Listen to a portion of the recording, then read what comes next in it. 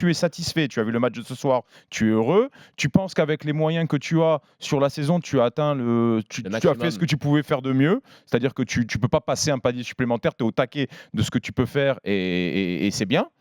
Tu admets aussi que finalement les joueurs que tu as pris, les joueurs qui doivent être des joueurs stars et des joueurs qui doivent avoir du poids sont gérés de la meilleure des manières et que tout ce qui se fait avec eux, c'est bien aussi. Et attends, tu admets que ce soir, tu peux marquer le coup en battant une faible équipe de Rennes, en lui mettant 3-0 et en mettant la pression à tout le monde, en montrant que tu es costaud pour le sprint final. Tu joues avec le feu, certes tu gagnes, mais je peux te dire que ce match-là, heureusement que tu prends des vagues pendant les 15 dernières minutes, tu aurais pu très bien le perdre. Donc si vous êtes heureux avec ça et que toi tu penses que tu peux continuer avec une fracture entre le public, une grosse partie du public lyonnais et ton entraîneur, et que ça peut continuer dans cet environnement-là et cette ambiance-là, eh ben allez-y les gars, pas de problème. Est-ce que vous êtes allé au stade de Lyon si ça vous va. Parce qu'une grosse partie du public lyonnais, c'est grosso modo 4000 supporters qui font partie des bad guns et qui hurlent.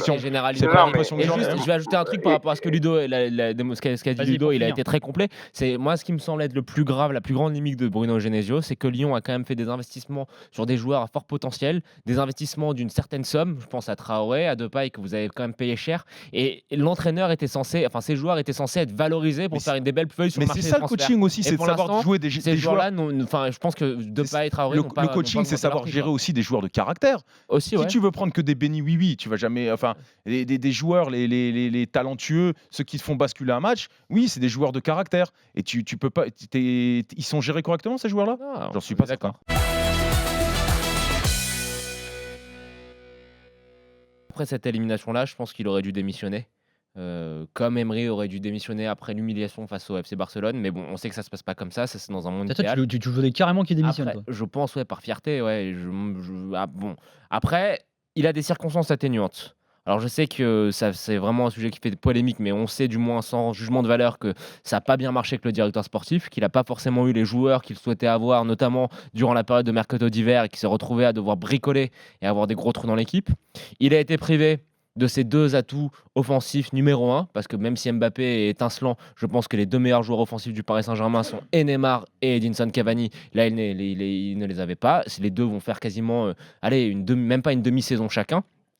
Et surtout, ce qu'il a construit, ce qu'il a réussi à construire est intéressant. Mais là où c'est encore plus intéressant, c'est que, comme le disait très justement Alain Casanova, tu sens que c'est un mec qui a progressé entre son passage en Allemagne et son passage au Paris Saint-Germain, et que c'est un entraîneur qui est pas encore arrivé à maturité et qui a un potentiel de dingue. En Allemagne, c'était un peu le père Fouettard qui allait chez Gundogan lui retirer le ketchup des placards. C'était le mec qui pétait des boulons, peut-être à juste titre, mais bon, qui était capable de se prendre la tête comme un chiffonnier avec sa direction. On se rappelle l'épisode malheureux de Dortmund Monaco.